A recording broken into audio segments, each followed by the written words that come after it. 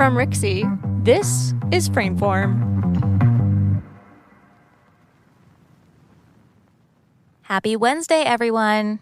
Claire here. If you're in the dance film world, you probably know Cara Hagan, likely through her work curating for ADF's Movies by Movers and her invaluable writing in publications ranging from Dance Magazine to the International Journal of Screendance. But that's only the tip of the iceberg of her rich interdisciplinary practice, which is imbued in community building and creative facilitation initiatives. Hannah had the opportunity to speak with Cara about her practice and steps that the dance film field can take in order to confront and challenge traditional structures of creation, presentation, and meeting that often exclude valuable creative voices. Cara Hagan, thank you so much for joining us on the show today. It's an honor to have you on here, honestly. I mean, everyone knows you for your writing and your curation with Movies by Movers for American Dance Festival, and also your work in general. Huge advocate in the field. So I welcome you to the Frameform podcast today. Thank you. Thank you so much for having me. I'm excited to be here with you all today. Well, as I mentioned a few things, writer, filmmaker, advocate, curator, mother, teacher, educator, everything above. For those who don't know who you are, can you tell a little about yourself, what you do, who you are, all of that? Yeah, so I'm an interdisciplinary artist, and my work exists at the intersections of movement, words, digital space, contemplative practice, and community. So that means that I have my hands in a lot of things, but they're all connected, even though I think when people first meet me, it doesn't feel that connected. But Screendance has been this bright light in my artistic practice because, of course, it's a hybrid art form. It's interdisciplinary. And it's given me an opportunity to not only get my work out there in a way that I can't with live performance, but also has given me access to this wonderful community of people who are amazing practitioners, really passionate artists and advocates, and really just really nice people. So, yeah. There's definitely a lot of nice people in the field and a very supportive community, which is very comforting for, I mean, the dance film community, it's small and large at the same time. And as of last year with shelter in place, it kind of just grew a little bit more closer, even though we are so far apart. So it's a special community to be a part of. For sure. Now, as we all know, you for who you are, I mean, curation is a big part of the work that you do. What drew you into curating dance films or creating your own film festival, being a filmmaker yourself? Yeah, so at first it was really curiosity about the process of choosing and screening films as a younger filmmaker. You know, it just seemed like kind of an enigma to me. And when I was in graduate school, I decided to do a practicum as a curator and say, okay, well, I don't know a lot about this. I'm going to use this practicum to learn more about it. And that's really how Movies by Movers got started. And I wouldn't say the first couple of times I did it, I was a curator at all. I mean, the first year that I did it, I put out a call just to folks in North Carolina. I got like 11 films. We showed pretty much all of them. And there really wasn't much curation going on. And quite frankly, I didn't really have an understanding of what it means to curate something. I was just looking for, quotation marks, good films. And, you know, obviously now, having had all the experience that I've had, it's not about good and bad. It's about so many more things than that. And it really has a lot less to do with my own personal preferences as a person who watches things than it has to do with putting together something that has an energetic trajectory for an audience, right? And supporting artists in meaningful ways and creating spaces and places for artists and audiences to meet in meaningful ways. Definitely meeting in those film festival spaces is very special. Just how getting filmmakers, non-filmmakers, performers all together to see something It really truly starts something beautiful and just like conversation and exposure in general. One thing that you've mentioned a lot in your work, or even just in your artist statement alone, is like the term artist surrogacy. So I would love you to expand a little bit more on that term within your film festival curation.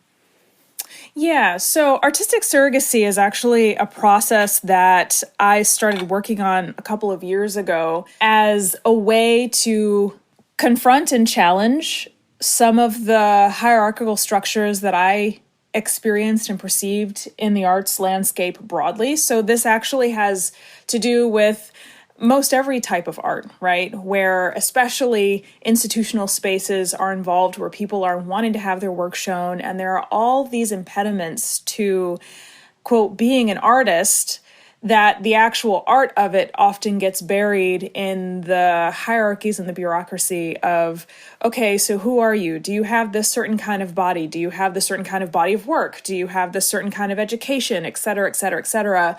And we know that the artistic landscape as it exists in a, quote, professional realm leaves a lot of people out. Yeah. And recognizing also that it is an incredible privilege in a Western society to be an artist, to be a working artist, because it means that not only have you probably been educated or given an open door in some kind of a way, shape, or form, but also that you've had the capital to do it. Being an artist, especially starting out, is really expensive, and the arts are discriminatory in terms of gender, for example. A lot of women find it really hard to travel because if you are mothering, well, not only do you have that responsibility, but society says, well, you're a mom. Aren't you out of it now? It was one of the things that I remember one of my male colleagues said to me when I was pregnant. Oh, but you're going to have a baby. You're not going to make anything anymore, right? Like you're done. Oh, man. And I said, what makes you think that? So to get back to your original question, artistic surrogacy is about sharing ideas across bodies and across borders in ways that uphold translational possibility, right? So for example, these projects look like this. So somebody at a distance, and this is all about working at a distance. And this was pre-COVID. I mean, It's kind of interesting how COVID was like, now we're going to do everything at a distance. Yeah. And I'd been doing it already. So somebody might say, hey, I'm working on a concept and I can't get to North Carolina. Could you carry this concept to North Carolina for me? But in your own way. Let's have a talk about it. Let's be in the studio together through Zoom or whatever it is. And it's not just dancers. I mean, I've worked with people who don't dance at all and have brought their ideas to life through my body and through my interdisciplinary work in ways that are satisfying to them, but also speak to what my skills are. And vice versa. You know, I've given ideas to other people to kind of bring forth in their own space, in their own way. So it's highly collaborative because it's not like choreography where somebody says 5, 6, 7, 8, these are the steps, do the steps. It's not that at all. And I think for people to truly understand what it is, you kind of have to go through the process of it. And so in terms of curation, obviously, I think of myself as somebody who, as a curator, cares for other people's work, right?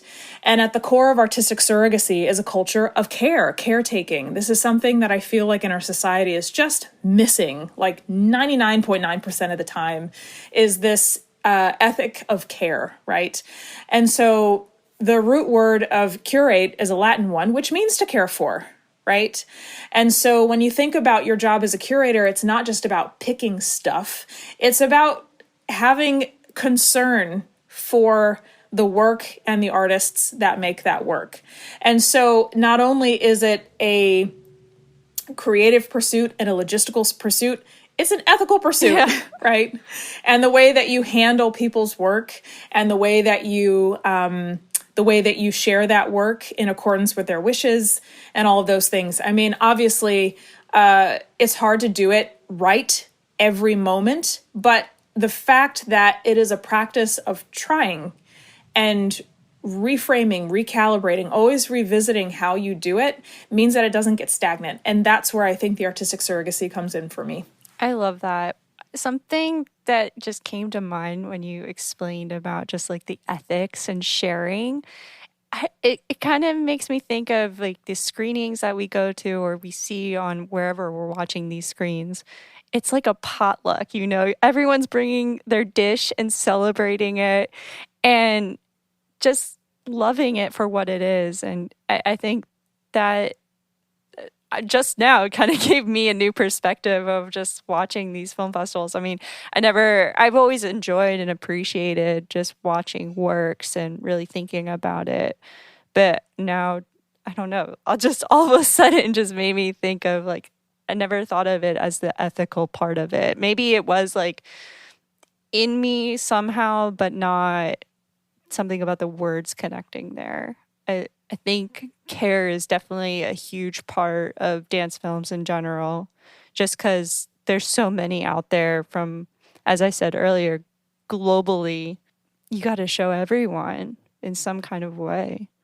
Now, because you've been doing this for so long, like what have you learned the most about collecting these films and showcasing them to the public? Well, one thing that I've learned that's been a big part of my scholarship and my writing is that we still have a lot of work to do in terms of our relationship to representation, right? Yeah. So those of you who are not looking at me and don't know me, I'm a Black artist. And when I came into Screendance, I didn't see anybody who looked like me. I was like, where are all the Black screen dance makers? Of course they exist. But if we think about someone like Maya Deren, for example, who is this obviously very important figure in our field, but what's talked about less is the influence of Katherine Dunham on her work, right? So they knew each other. She toured with Katherine Dunham, and that's where she met Tally Beatty, who was in her film, studied choreography for the camera. And she had a lot of interest in Haiti and Haitian culture, and that was because of Katherine Dunham. And it's apparent in her films, but it's not always talked about. And so also thinking of different, more from the dance field specifically, but how different dancers in the field have appropriated certain dance forms or styles and really haven't given credence to where they got it from. So if I'm thinking of like the Serpentine dance, for example, and I'm thinking of, you know, people like Ruth St. Denis and Annabelle Whitford and other people who were doing that type of vaudeville style and how they were taking a lot from Eastern dance forms and never having studied these forms before, but going, hey, this is a part of my practice. And the dance field, now it's getting to the point where it's having a reckoning with a lot of these things, but we still have so much work to do in terms of really coming to terms with what that erasure has meant and what it's going to mean moving forward. To add to that, I mean, of course, I think that in both dance and film, we have this commitment to perpetuating certain types of aesthetics and bodies on screen. And this goes back to day one of filmmaking. If we think about, for example, some of Edison's early films, one film that I show a lot in my classes is a dancer named Fatima Jamil. She was a Syrian belly dancer, and how she was censured at the Chicago World's Fair at the turn of the century. And, you know, she was censored, but other people were not censored, right? And so how we think about the bodies on screen that are acceptable. And still, even though we've been having so many conversations, especially this past year after the whole George Floyd thing went down and COVID happened and people kind of had a moment to stop and think about it, but still, the overwhelming majority of bodies that we see and bodies that are upheld are young, thin, white, able-bodied, female bodies, because this is what society thinks is beautiful. And there are some really interesting pieces of scholarship that you can look at about media that talk about, you know, what types of people were acceptable. For example, if you're looking at television and families on television and what were considered to be acceptable families to show, right? And still, even today, that's playing out. If you think about Hays Code Hollywood and how people were contractually obligated to show up in spaces in a certain way with certain people or without certain people. And even though Hays Code isn't a thing anymore, it's still a thing, right? So if you look at, say, the Hollywood Diversity Report, which is put out by UCLA each year, it kind of lays it out for you where the disparities still are and how those are still having an effect, not on just what we see, but also in the economics of the arts industries, specifically film, as it relates to that report. And so I think that it's interesting how, as much as these disparities hurt us, we're really still committed to them. So there you have it. That was my spiel, part of it anyway. No, I think it's very important, us as people and artists and makers and all of everything above, is just striving to, make better and try new things to get people know about these certain things. And I think, especially in the dance community, there's like a dance film community, I should say, there's definitely a huge gap between like educational academia and then those who are just dancers and not involved in that. So, I mean, if I didn't go to college, I will admit, like, I wouldn't know about this kind of culture that is out there, this kind of mode of filmmaking.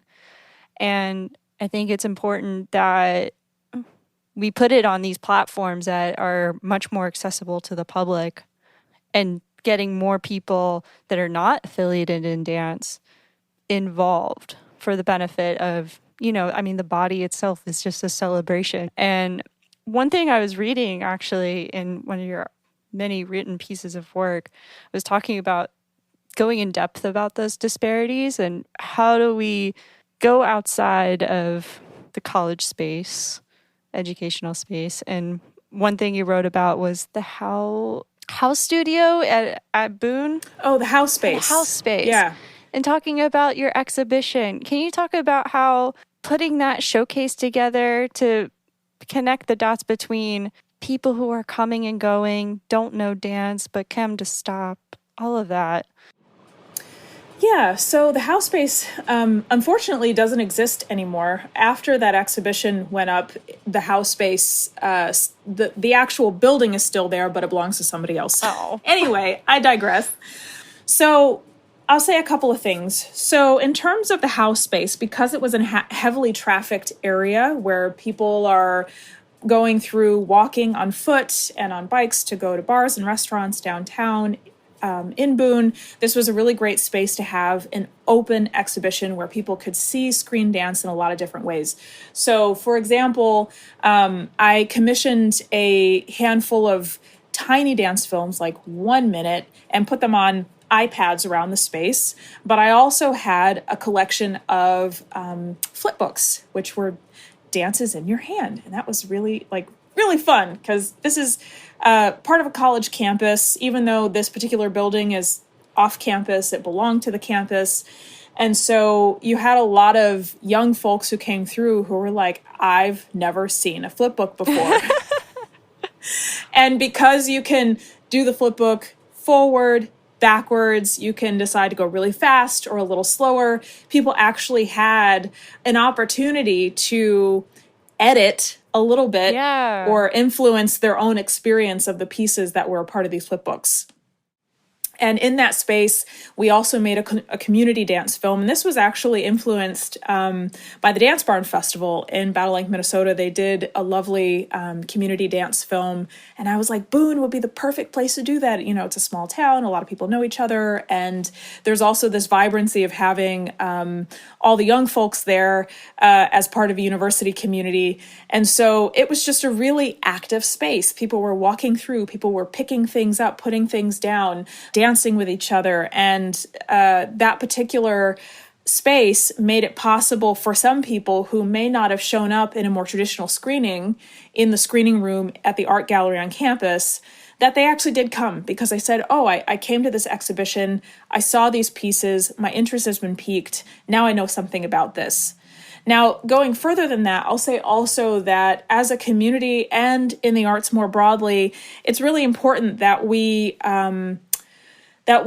see spaces like Instagram and TikTok also as really rich repositories of amazing work that are made by people who may or may not identify as dancers, filmmakers, artists at all. Some of them do, actually a lot of them do, but also, because it's such an accessible space, it gives us an opportunity to see a lot of material all the time, all at once. And I'm always looking for gems, right? Yeah.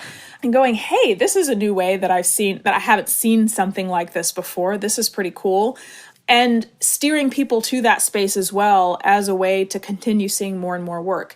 Obviously, because of the way that technology has gone over the past decade, like we're just in a really different space with our work than we were 10 years ago, even 5 years ago. I mean, on the one hand, we can think of things as not quite as precious as they used to be, in that, some people make content every day as a practice. These influencers are making it their business, literally, because they're getting paid also, which is huge. Getting that ad read. Yeah, but they're making it their business to create something each and every day. Yes, it's a product of needing to be able to keep the numbers of their followers up for the sake of being paid. But at the same time, it kind of forces you into a practice where it's like you constantly have to step up your game. And you made that thing yesterday, it goes down in the feed, time for the next thing. And so it really, in a way, gives you a space to experiment again and again and again and again, and just build your skills in a practical way because you're doing it every day. On the other hand, it also gives you a way to deposit stuff as ideas for when you're ready to make that precious thing. I tried this little study, I tried this little experiment, I put it on TikTok, cool, people responded to it, awesome, and I'm ready to make my larger film, my project that I got some grant funding for, whatever it might be. And these are the things that that really worked. These are the things that I'm still thinking about. And this is what I'm going to do. I mean, it's also a place for planning, for thinking through one's work, right, in a public way. So there's this idea that as artists, we always want to show our best stuff when it's ready to be shown. But there's something about social media that gives us permission to show stuff in process in ways that we never showed stuff in process before. Isn't that nice? It's crazy how time of the essence, just moving as fast as possible. It's insane how this social media, I'm not a TikTok user myself. That's just a personal thing, but it's nuts how it just comes and goes like a blink of an eye. And with that in mind, just like as we're talking about how time and maybe not carrying your precious babies of work, is that influencing your process of curation as we move from social media back into the film festival space, where you're trapped in a theater for 90 minutes instead of just going up and down on your news feed? Has that started any new ideas of curation in your thought processes as you're putting something together? Yeah, so there's definitely been a lot of cross-pollination, and I want to say that balance is really important in that we need slow experiences. Yeah. In this digital world, we have to have slow experiences where we are sitting for 90 minutes and absorbing a big amount of work and just letting it wash over us. At the same time, just dipping in for a minute, 2 minutes, 3 minutes, whatever it is, to get a little dose of that art or whatever it is also really great. And a couple years ago, I did an InstaFest, and this was, I guess 2018. And shortly after, Dance on Camera did something similar, but different. And so what I did on Instagram, and I looked and I actually put in hashtags just to like see if other people were doing it, and if they were, what they were doing, InstaFest. And what I found was like actual festivals filmed and put on Instagram. So it was really different than what I was thinking, as in using it as a place to actually curate work. So I asked people to tag Movies by Movers in their films and videos. And at the end of that, I took the collection of what I got and I put them up in a gallery and said, hey, this is fine art too. Yeah. And kind of had the mashup of these spaces of this slow space, this fast space, this space that is for, quote, fine art, and on all the expectations that come with that. And then this other space where the expectations are completely different, but not necessarily that the stakes are less high. Because, especially if you're going for followers, there's a lot of work to be done to get followers, right? And there are hierarchies in digital space. It's this misnomer that people, or this misconception that people have, that digital space is just this totally equal place. It's not, no, by any stretch of the imagination. And there are a lot of hierarchies to mitigate there as well. However, it felt like, for me, like I could kind of scratch the surface at interrogating and asking other people to interrogate our relationships to these spaces as well. I think you are making really solid points about how the connection of social media meeting this higher art form of dance film, and in the festival space. I mean, it's hard. It's both a tug of war, like you're saying, the balance between the two. And I mean, with the curation process of that, I mean, what would be like your perfect world of, we're talking about like disparities and social media and crossing that step of gaining new people to be involved in this. What does that perfect world look like? Well, I don't know if perfection is the goal necessarily, because I think perfection is the antithesis of really awesome stuff happening. But I will say that I do wish that we were better at naming the ways that we have been complicit in perpetuating spaces and exhibitions and shows and festivals that are not as inclusive as they could be, and doing our due diligence to open up the doors. I mean, actually, I don't think it's that hard. Yeah. Right? I don't think that everyone should have to go to college to know what screen dance is and begin participating.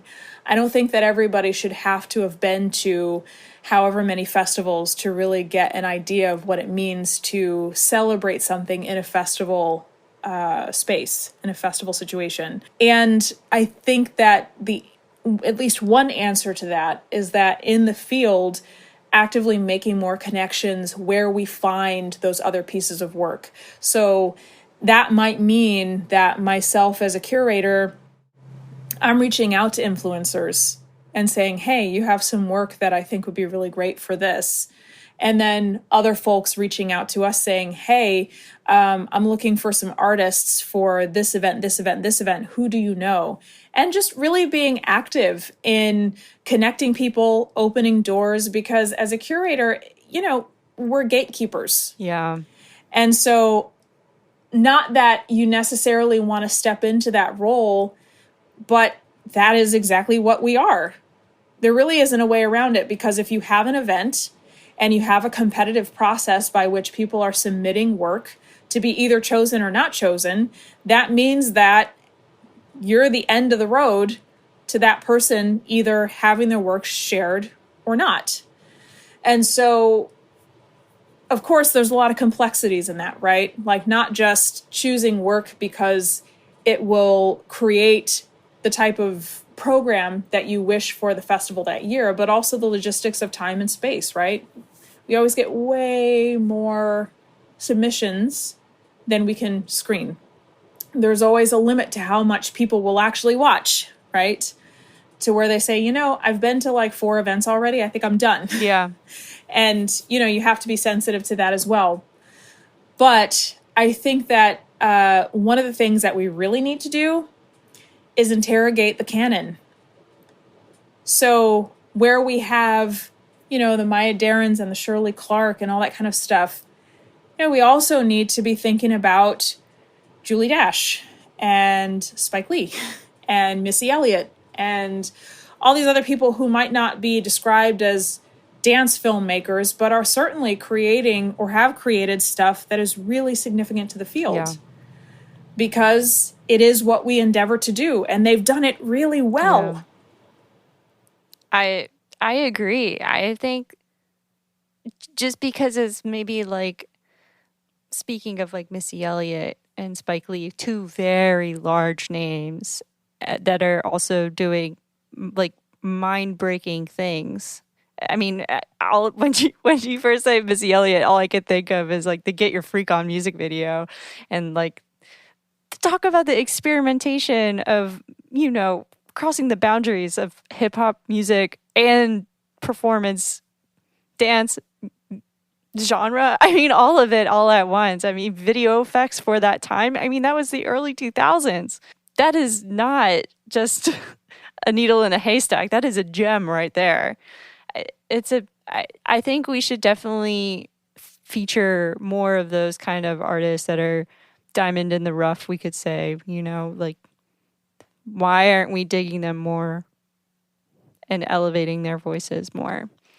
Everybody influences each other. That's a whole part of also what film is. It's like all we're doing is like, yeah, it's a bias on screen, but that's what it is, like we're putting these stories on screens of people that are untold. I mean, that's why indie film is existent in that nature too, because you're putting voices that are never aligned with those capital blockbuster films that sell out now in the summertime.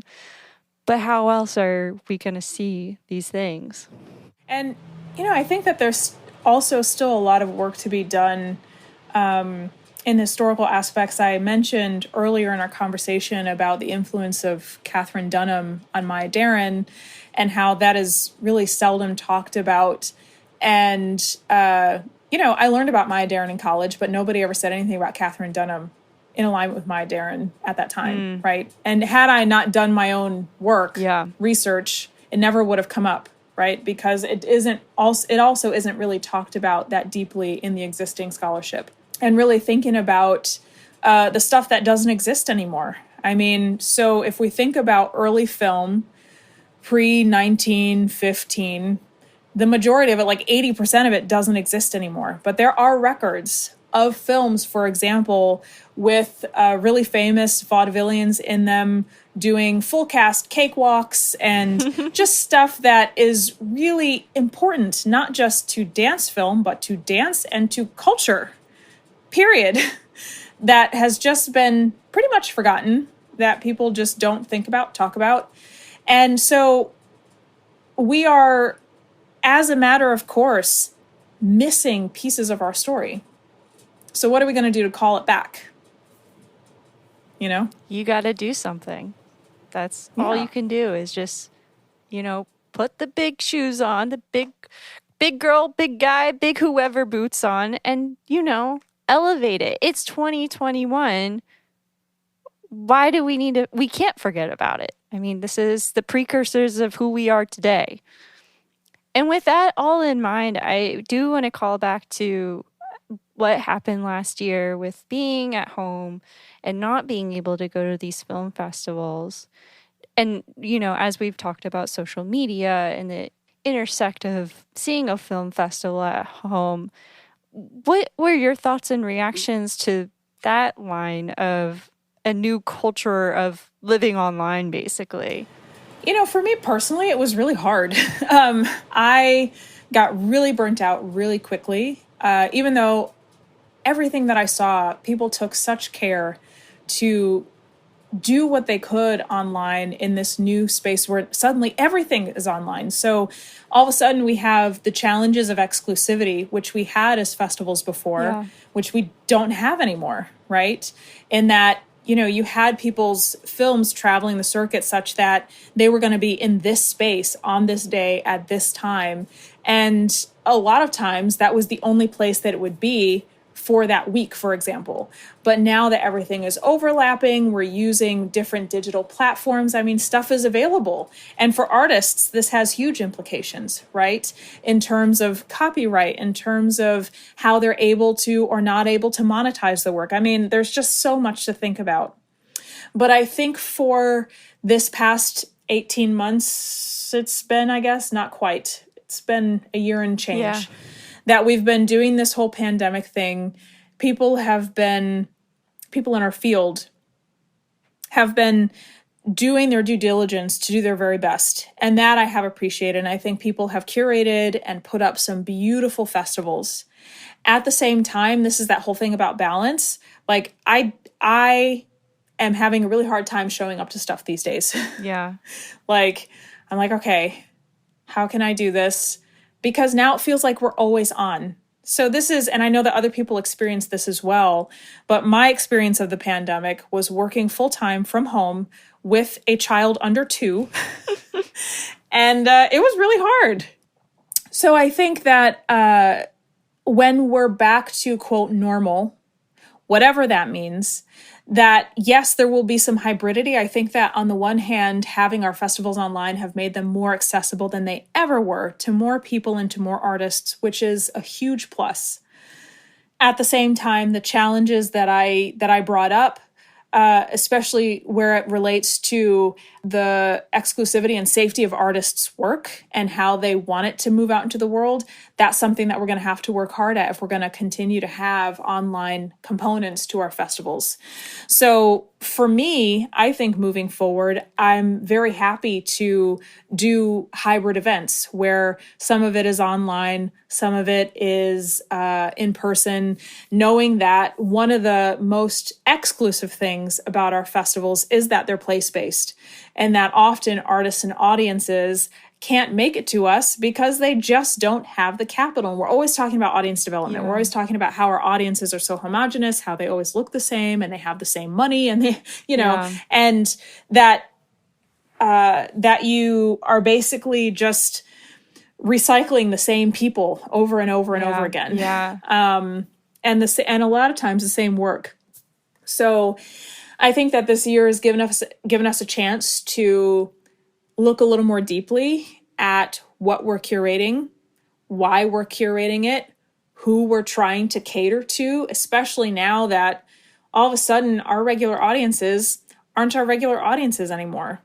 So now that we're catering to a wider audience, what does that mean? Now that we're catering to a more socioeconomically diverse audience, what does that mean? Now that we're catering to people with vastly different backgrounds, what does that mean? And how will that change the field moving forward? So these are the questions that I'm sitting with and that I'm looking forward to exploring more as we move out of the pandemic and as we move into the way that we want to do things moving forward. So I think that's a really exciting, I don't want to say a black hole of questions, but it's an exciting adventure to go on. It's just the next thing that you need to defeat, or maybe not defeat. Challenges are good things in my head.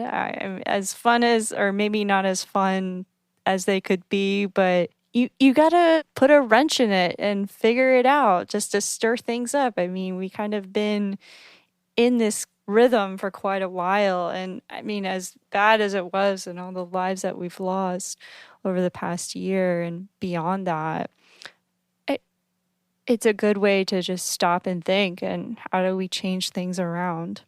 Yeah. And I lastly want to just end things off with, what kind of advice do you have for those aspiring filmmakers out there that are submitting to these kinds of film festivals? I mean, as we're changing the rhythm here, people are finding out what this Screendance thing is all about. What advice do you have for them? Yeah, so I recently wrote a little article for a dance magazine online about that very question. And so you can go and read that because it's got some good information in it. But in a nutshell, remembering what the majority of these festivals are looking for is something that's not archival. I always say that Screendance is one, some, or all of the following: site-specific, camera-specific, and edit-specific. That when you do get your stuff into a festival, and especially if it's a place-based festival, but even if not, I mean, there are great events that have happened online all year, make sure that you go to things. You never know who you're going to meet, how people are going to meet your work, and when they meet you, what that might mean. I think also to be mindful and planful about where you're sending your stuff, right? It's easy to just kind of throw a wide net and see what comes back. But that means that a lot of times on Film Freeway, for example, people are not reading the fine print as to what each festival is looking for. Remember that each festival has a personality and dynamic of its own. And so while that means that most every work has somewhere where it can and will be shown, that means also that your particular work is not going to fit in every single scenario. Yeah.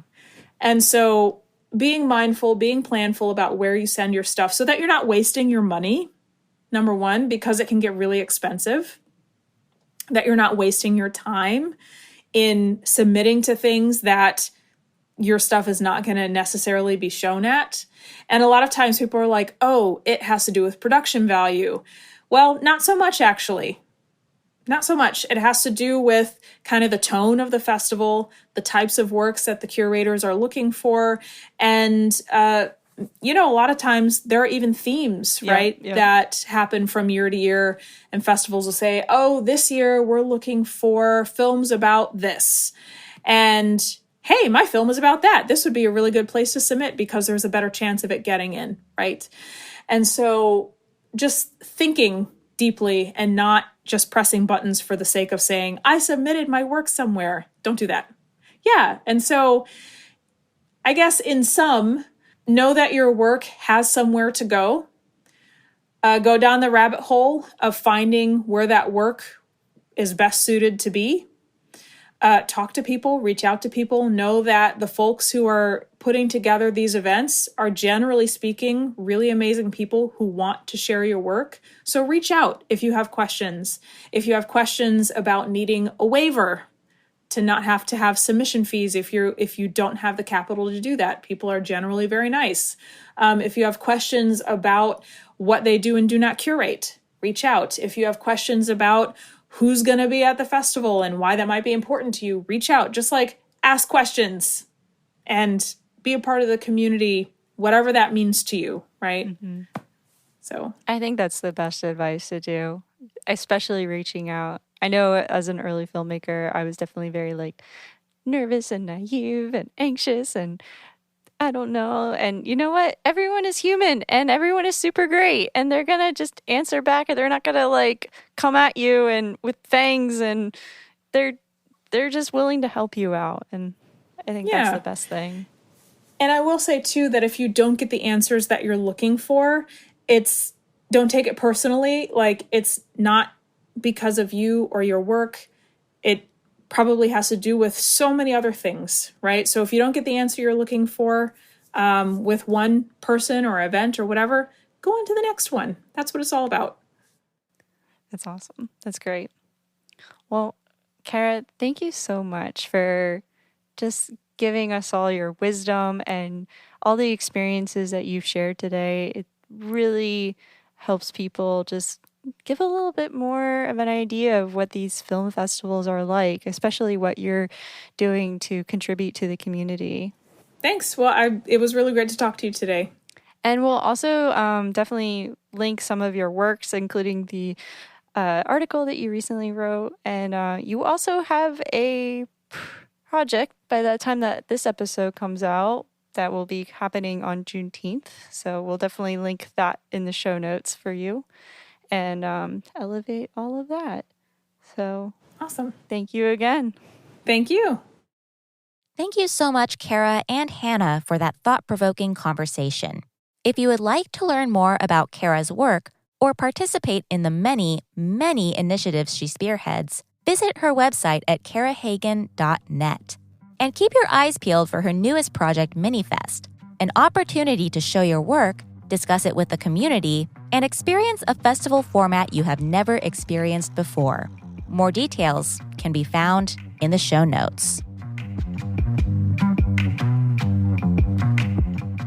We'd love to hear from you. Send us an email at frameformpodcast@gmail.com and engage with us on social at frameformpod. That's frameformpod. Don't keep a good thing like this a secret. Invite your friends to subscribe and join the conversation. If you like what you're hearing, leave us a review and rate the show. Thanks for listening.